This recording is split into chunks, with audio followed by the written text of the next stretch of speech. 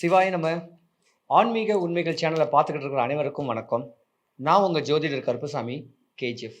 2025 சித்திர மாதம் ராகு கேது பெயர்ச்சி. இந்த ராகு கேது பெயர்ச்சி 12 ராசிகளுக்கும் என்னென்ன பலன்களை கொடுக்க போகுது, என்ன பலவீனம் ஆக போகுது. பொதுவாக ராகுன்னு கேட்டாவே யோகக்காரகன், போகக்காரகன், சுகபோகமான ஒரு வாழ்க்கை வாழ்றதுக்கும், பல அடுக்கு மாடிகள் கெட்டக்கூடிய ஒரு தன்மையும், கனரக வாகனங்கள் சொல்லக்கூடிய விலை உயர்ந்த காரு வாங்கக்கூடிய அமைப்புக்கும், விலை உயர்ந்த மோட்டார் சைக்கிள் வாங்கக்கூடிய ஒரு அமைப்புக்கும் பல யோகங்களை கொடுக்கக்கூடியது தான் ராகு. கேது ஒரு பொதுவாக பார்த்தீங்கன்னா ஞானத்தை தான் கொடுப்பாரு, நல்ல கல்வியை கொடுப்பாரு, நல்ல வேலை வாய்ப்பை கொடுப்பாரு, ஆன்மீக சம்பந்தப்பட்ட ஸ்பிரிச்சுவல்ஸை தேடி பல காசி இப்படி யாத்திரைகளுக்காக போகக்கூடிய தன்மைகளையும் கேது கொடுப்பாரு. பொதுவாக ராகு பகவானுடைய அமைப்பு பார்த்தீங்கன்னா யோகத்தை தான் அவர் நிறையா கொடுப்பாரு. இடம் பொருள் ஏவல். இடம் பொருள் ஏவல்னா நல்ல வீட்டில் ராகு பகவான் பயிற்சி இருந்தாருச்சுன்னா நல்ல யோகத்தையே அள்ளி கொடுப்பாரு. அப்படியாப்பட்ட ராகு பகவானுடைய அமைப்பு இந்த 12 ராசிகளுக்கும் எப்படி இருக்கும் அப்படின்னு கேட்கறத பார்க்கலாம்.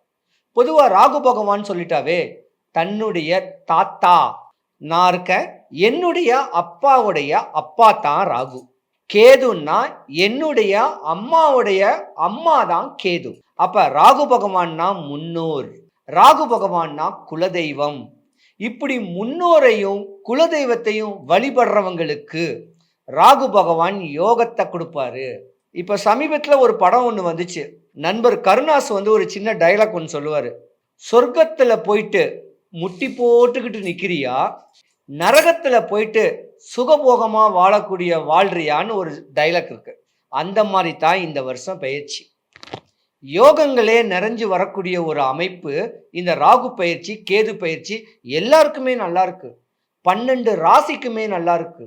இது ஒரு பக்கம் இருந்தாலும் குரு பயிற்சியும் சனி பயிற்சியும் உங்க ராசியில மாறி மாறி பலன்களை கொடுக்கக்கூடிய தன்மைகள் நிறைய இருக்கு. ஆனா சூட்சமமா தெளிவான சின்ன வழிபாட்டு மூலியமா உங்களுக்கு வரக்கூடிய யோகங்களை நீங்க அடைஞ்சுக்கலாம். அதுக்கு ஒரு சின்ன வழிபாடு ஒன்று சொல்றேன்.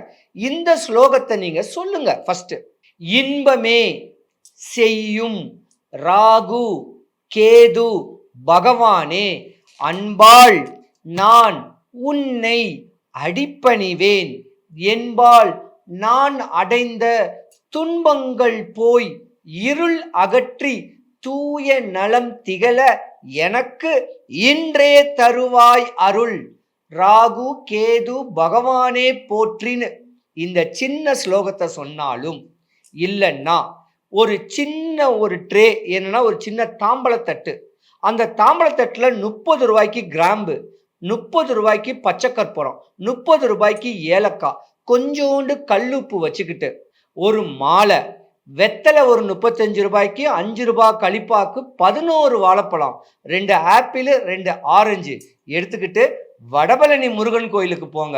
கோயில் வாசல்ல 3 குண்டு மஞ்சளை வாங்கி அந்த வசம்பு கூட அந்த பொருளும் கூட வைங்க. ஒரு தேங்காய் சாமிக்கு உடைச்சு மாலையை சாமிக்கு கொடுத்துட்டு அந்த தேங்காவை வீட்டுக்கு கொண்டு உள்ள இருக்கதெல்லாம் சுரண்டி இந்த பச்சை கற்பூரம், ஏலக்காய், கிராம்பு, கல்லுப்பை போட்டு அதுக்கு மேல 3 குண்டு மஞ்சளை வச்சு ரெகுலரா நெத்தியில வச்சுக்கிட்டு வந்தீங்கனாலே நீங்க என்ன நினைச்சு வடபழனி முருகன் கோயிலுக்கு போறீங்களோ 100க்கு 100 நடக்கும். வடபழனி முருகனை பார்த்துட்டு அப்படியே வெளியே வந்தீங்கன்னா ஒரு பெருமாள் கோயில் இருக்கு. பெருமாள் கோயில்ல பழைய காலத்து பழைய வருஷம், ரொம்ப வருஷத்துக்கு உண்டான ஒரு அரச மரம் இருக்கு. அந்த அரச மரத்தாண்ட ஒரு 10 நிமிஷம் உட்கார்ந்துட்டு போனீங்கன்னா நீங்க உங்க ஆசைகள், உங்க தேவைகள், என்ன விஷயத்துக்காக, படிப்புக்கு, வேலைக்கு, கல்விக்கு, திருமணத்துக்கு, காதலுக்கு, குடும்பத்துல நோய்க்கு, நொம்பலம் எதுவா இருந்தாலும் இந்த சின்ன பரிகாரத்துல சரியாகும். கோயில் வாசல்ல எங்கேயாவது உட்கார்ந்துருப்பேன், ஒரு மஞ்சள் வேணா வாங்கிட்டு போங்க, 100க்கு 100 உங்களுக்கு நல்லதே நடக்கும். வடபழனி முருகன் கோயில சஷ்டியோ கிருத்திகையோ ஏதாவது ஒரு செவ்வாய்க்கிழமையில இப்படி வழிபட்டுக்கு வந்தா இந்த ராகு கேது பெயர்ச்சி உங்களுக்கு யோகத்தை கொடுக்கும். யோகமான ராகு பகவான் உச்ச நிலையில கொடுக்கும். அதாவது சினிமா துறையில் இருக்கிறவங்களுக்கு யோகமும், சாதாரண ஒரு வேலையில் இருக்கிறவங்களுக்கும், வெளிநாடு வெளி தேசத்துல வேலை பார்க்குறவங்களுக்கும் ராகு பகவான் யோகத்தை தான் கொடுக்க போறாரு. 12 ராசிகளுக்கு உண்டான அமைப்பு இப்ப நான் சொல்றேன்.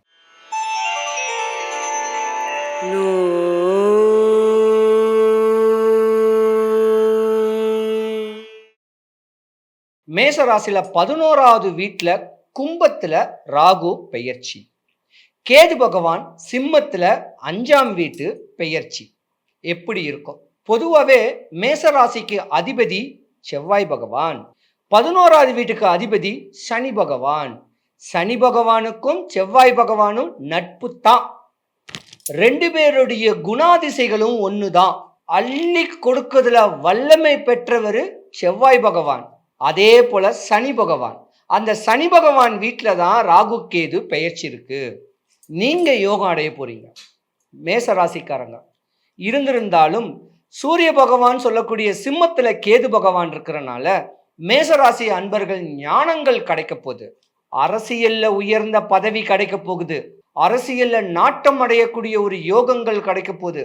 ஆணா இருந்தாலும் பெண்ணா இருந்தாலும் வாழ்க்கையோடைய தன்மை உயர்ந்து வரக்கூடிய ஒரு நேரம் இந்த மேச ராசிக்காரங்களுக்கு நிறையவே இருக்கு. ஏன்னா கும்பராசியில சனி பகவான் இருக்க வேண்டிய வீட்டுல ராகு பகவான் பேச்சிருக்கிறதுனால புது புது முயற்சிகள், இன்வெஸ்ட்மெண்ட், ஒரு படம் கூட எடுக்கணும், ஒரு பெரிய ஸ்டோர் போடணும், ஒரு பெட்ரோல் பங்க் வாங்கணும், இப்படி பெரிய ட்ரீமா வரும். வேலை இல்லாதவங்க வெளிநாட்டு பிரவேசம் உங்களுக்கு யோகம்.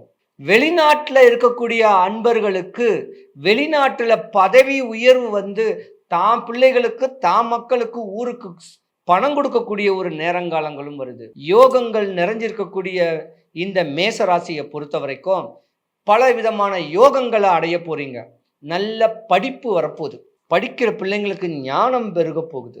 நல்ல வேலை வாய்ப்பு அமைய போகுது. பொதுவா இந்த மேச ராசியை பொறுத்த வரைக்கும் கலைத்துறையில பிரகாசிச்சுக்கிட்டு இருக்கிறவங்களுக்கும் யோகம்தான். காவல்துறையில இருக்கிறவங்களுக்கும் பதவி உயர்வு தான். இன்னும் கட்ட பஞ்சாயத்தை நீதியா நேர்மையா நாட்டாமையா தீர்ப்பு சொல்லக்கூடிய ஆசைகள் இருக்கிறவங்களுக்கு அந்த பதவி வரப்போகுது. அரசியல்ல ஏதாவது ஒரு பெரிய பதவி கிடைக்கிறதுக்கு வாய்ப்பு கொஞ்சம் இருக்குது. மேசராசியில் இருக்கிற பெண்கள் ஸ்பிரிச்சுவல்ஸ்ல கொஞ்சம் நல்லபடியான ஒரு அமைப்பு வர்றதுக்கான ஒரு வாய்ப்பு இந்த 2025 நிறையவே இருக்கு. யோகத்தை தான் கொடுக்க போகுது இந்த மேசராசிக்கு. இருந்திருந்தாலும் மேசராசிக்கு அமைப்பு இருக்கக்கூடிய இவங்களுடைய தகப்பனுக்கு கொஞ்சம் ஆகாது. அப்பாவை நினைங்க, அப்பாவுக்கு சின்ன சின்ன சின்ன காம்ப்ளிமெண்ட் கொடுங்க. இப்படி தெளிவு பண்ணியிருந்தாலும் ஒரு குறையும் வராது. மேசராசிக்காரங்களை பொறுத்த வரைக்கும் யோகம் நிறைஞ்சவங்க தான். உங்களுக்கு இந்த ராகு கேது பெயர்ச்சியும் யோகம்தான். ராகுவோட பெயர்ச்சி கும்பராசியில் இருக்க வேண்டிய ராகுனாலையும் பல முயற்சிகளும் உங்களுக்கு கிடைக்க போகுது. கஷ்டப்பட்டவன் கஷ்டப்பட்டுக்கிட்டே இருக்க மாட்டான். நல்ல நிலைமைக்கு வரப்போறீங்க. கடினமான உழைப்பாளிகள் யாருன்னு கேட்டீங்கன்னா இந்த மேச ராசிக்காரங்க. இந்த கடினமான உழைப்புக்கேற்ற ஊதியம் கிடைக்க போகுது. 2025 நீங்க சுகபோகமா தான் வாழ போறீங்க. பல விஷயங்கள், பல விரயங்கள் ஆனதெல்லாமே நல்லபடியா ஆகி அதுக்கான அமைப்பு கிடைக்க போகுது. நல்ல தெளிவா எம்பெருமான வேண்டுங்க.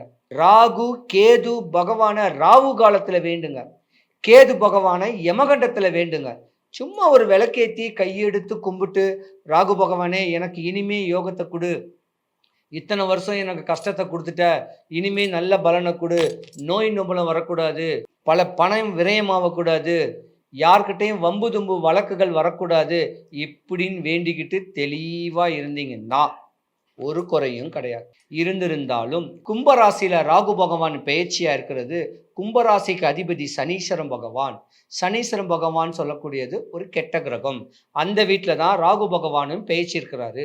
ஜாதகத்துல ராகு கெட்டு போனுச்சுன்னா நீங்க தேவையில்லாத பிரச்சனையில மாட்டிக்குவீங்க. காசு பணம் சம்பாதிக்கணும்னு சொல்லி ஸ்மக்லிங் பண்ணக்கூடிய ஆசைகள் வரும். தேவையில்லாத தப்புகள் பண்ணக்கூடிய ஒரு எண்ணங்கள் வரக்கூடிய நேரமும் உண்டு.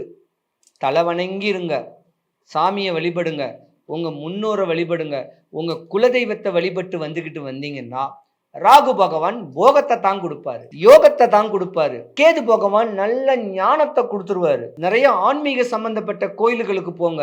டைம் இருக்கிறவங்க வடபழனி முருகன் கோயிலுக்கு போங்க.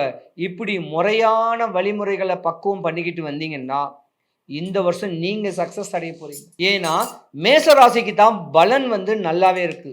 ஏன்னா 11வது வீடு தான், நல்ல இடம் தான், மேன்மை தரக்கூடிய இடத்துல தான் ராகு பகவான் பயிற்சியா இருக்கிறாரு. அப்ப இந்த காற்றுள்ள போதே தூத்திக்குள் சொல்ற மாதிரி இந்த நேரத்துல நீங்க கஷ்டப்பட்டு படிச்சு தெளிவான அமைப்பு வந்தா உயர்ந்த ஸ்தானம், விலை உயர்ந்த பொருள்கள் எல்லாம் வாங்கக்கூடிய போகங்கள் வரக்கூடிய நேரமும் உண்டு.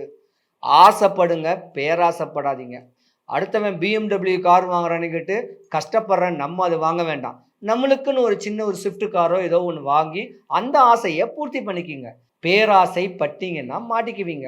தலை வணங்குங்க, ராகு பகவானே போற்றின்னு உங்க தாத்தாவை நினைங்க. இல்லைன்னா உங்க குலதெய்வத்தை நினைச்சு வழிபட்டு வந்தீங்கன்னா யோகத்தையே கொடுக்கக்கூடிய ராகு பகவான் உங்க வீட்டில் நடக்க வேண்டிய சுபகாரியத்தெல்லாம் நல்லபடியா நடப்பார்.